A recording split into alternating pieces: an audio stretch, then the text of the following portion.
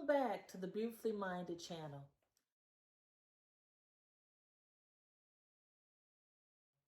I hope so far you've been enjoying the videos on financial literacy, abundant mindset, and many more to come. Today's topic I'm going to talk about is called abundant mindset. This has worked for me for years. I was at a poverty mindset, had low credit score, and I'm able to get that to like 830.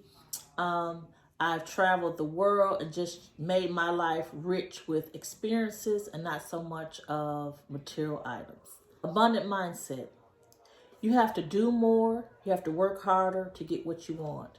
We're in a time now of laziness, procrastination. Time is now.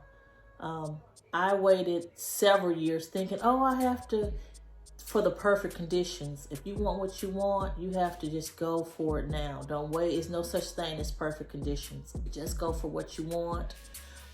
Stop doing the procrastination. Procrastination is a time killer. And also stop letting fear. I always quote this one quote, what you want is on the other side of fear. Fear is a natural emotion, but you have to be able to fight through that fear and conquer what you want in this life. I'm sure even the great billionaires, the great inventors, all have had one time in their life fear, but they just overcame that fear and conquered many great things in their lives. Also, money is a tool. The more money you have, the more you can do with it. You can see, for instance, that's why they always say the rich keep getting rich, because they have money.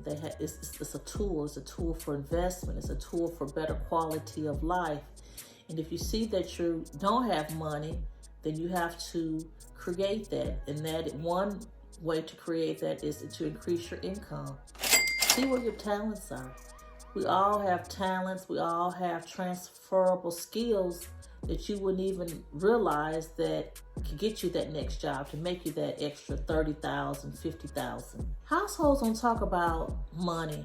I know with me growing up, we didn't talk about money. It was always my parents struggling and hearing about the shortage of money. I'm seeing my dad in the 70s going through layoffs. My mom, working the manufacturer jobs, and just not having we never went without, but just not talking about money, talking about credit, your credit score. I had to learn that stuff the hard way, and it's my mission for me to teach my kids financial literacy, get that generational wealth, and also give it out to everyone else that can benefit from it. The sad thing is we get our spending habits from our parents. You become what you see as you're growing up. That's why it's very important to talk to your kids about financial literacy. I know from my parents, they didn't learn from their parents. So it was just a cycle after cycle after cycle. That's why the internet, we're in a time where technology and informational is so available to you. It's classes you can take, it's online, it's free stuff. Just get out there and show your kids how to consolidate their debits and credits.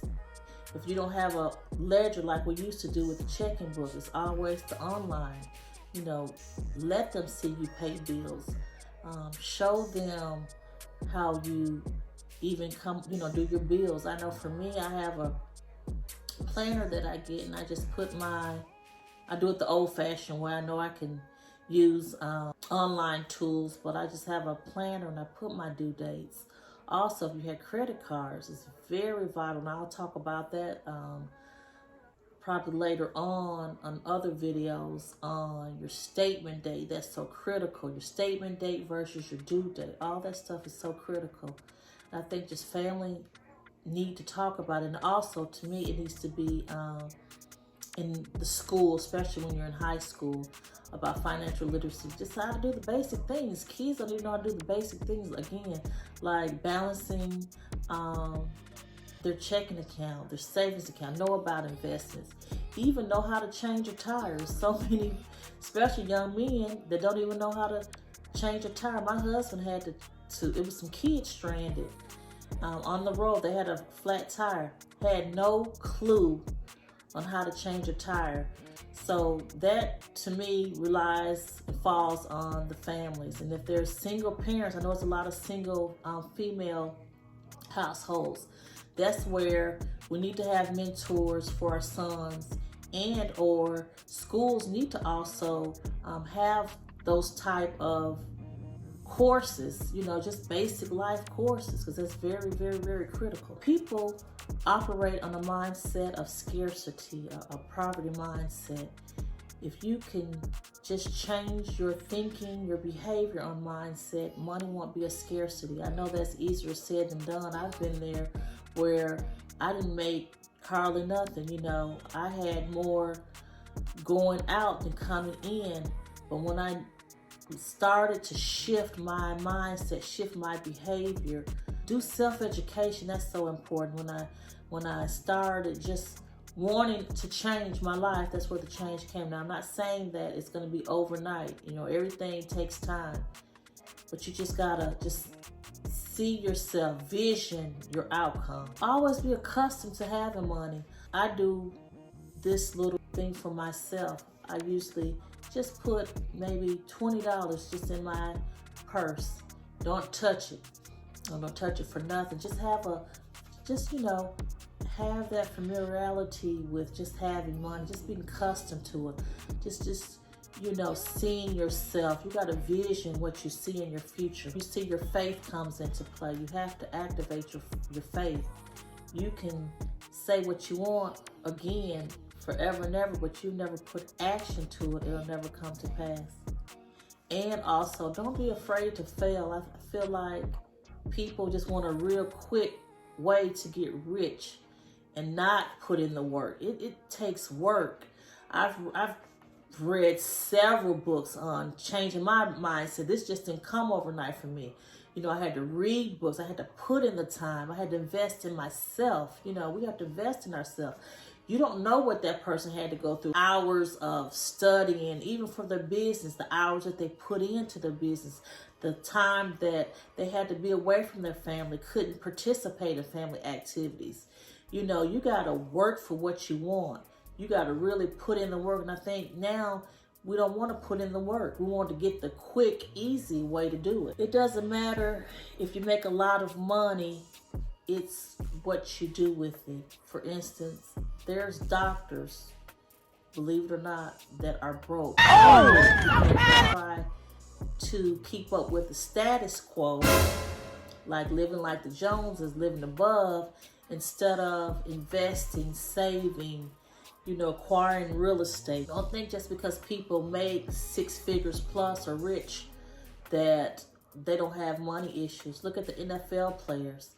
That's a prime example of men that have made millions of dollars, and then when their career is over, they have to downsize, and they're not, the life that they lived before, they don't have that life, or they become broke. Half of them are broke. It doesn't matter, you know, you can be a millionaire and still become broke. I had a coworker, 6-figure, made 40 plus on bonuses, but was going around writing hot checks. You know, it's your behavior. You have to be able to change your mindset and your behavior. Remember, most Americans, half of Americans don't even make over $35,000. But you still have to get your mindset right and increase your income. You know, I suggest starting a business, but do not quit your job. I hope that you have enjoyed my suggestions on abundant mindset. I hope you subscribe, and I hope that what I've told you can use in your life. Just remember, you can do it. Don't ever give up on yourself. You're all that you got. You're all that you got. You, only you, have to make that change. Remember, we're trying to change the mindset of ordinary people. Have a nice day. Thanks.